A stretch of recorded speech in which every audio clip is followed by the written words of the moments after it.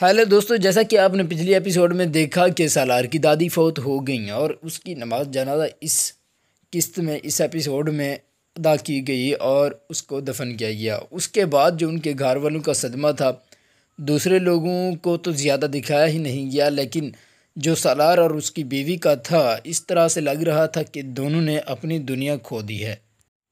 سالار کی بیوی یہ سمجھتی تھی کہ اس کی جو سب سے زیادہ محبت کرنے والی ایک خاتون تھی، وہ وہی سالار کی دادی تھیں جو کہ اس سے چھین لی گئی ہے، اور وہ اس تمام کا قصوروار سالار کو سمجھتی تھیں۔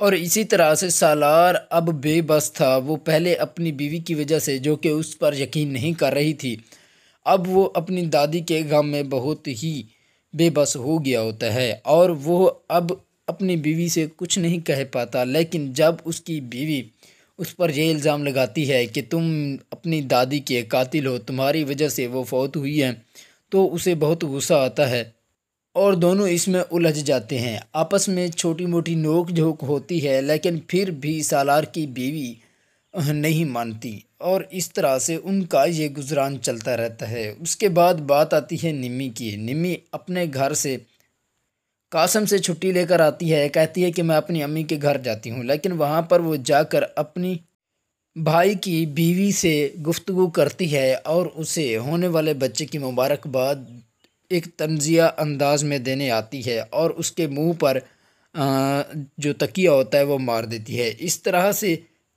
وہاں پر قاسم اور اس کا بھائی جو ہیں وہ وہاں پہ آ جاتے ہیں، اور اس طرح سے ان میں زیادہ تصادم ہو جاتا ہے۔ اس کا بھائی جو ہے وہ نمی کو ایک تھپڑ بھی رسید کر دیتا ہے، اور قاسم اس کو بہت زیادہ قصوروار سمجھتا ہے۔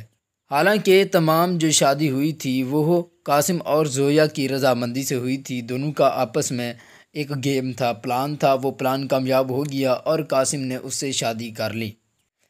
اب قاسم نے اپنی بیوی سے کہا کہ تم جا کے میری ماں سے اور میری دادی سے معافی مانگ لو تو میں تمہیں معاف کر دوں گا، اور اس طرح سے وہ ان کے پاس جاتی ہے، لیکن وہ معاف نہیں کرتی۔